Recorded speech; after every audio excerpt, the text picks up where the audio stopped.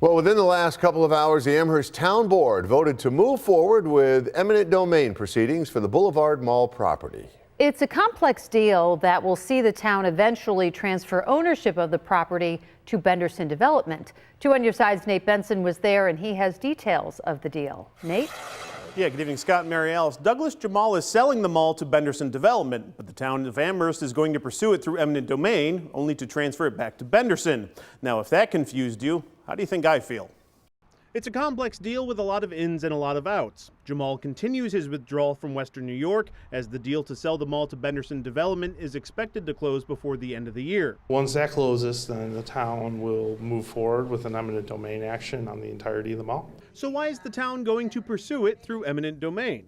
The eminent domain action basically scours the earth in terms of old leases and parking rights and build rights and all of those things that are out there that make it really an inhibition. I mean, these developers have not been able to move forward with because of all of those items. Eminent domain of the property by the town will essentially void all of that. Some of the property will be available to the town and will purchase and then go to an RFP process for new housing.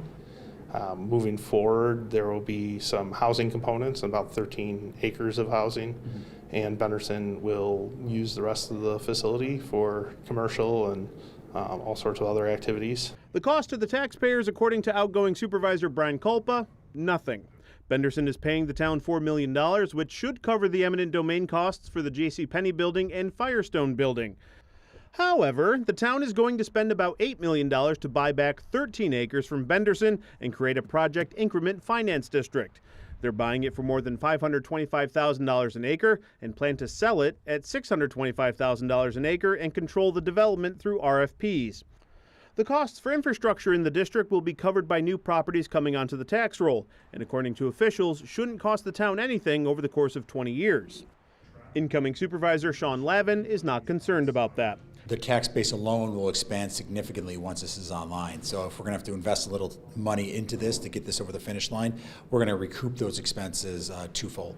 There was little pushback Monday night on this topic, at least, during the town board meeting, and the board passed the resolution to move forward unanimously. We are steadfast in our approach in making this the best community possible. I think we've shown that through some of the projects we've done thus far, and we're going to stay on that track. Benderson Development is responsible for all demolition costs, including any hazardous waste materials on the site. Supervisor Culpa said some of the asbestos is on the site, and so that alone could cost between $9 and $12 million to remediate. On your side, Nate Benson, Channel 2 News.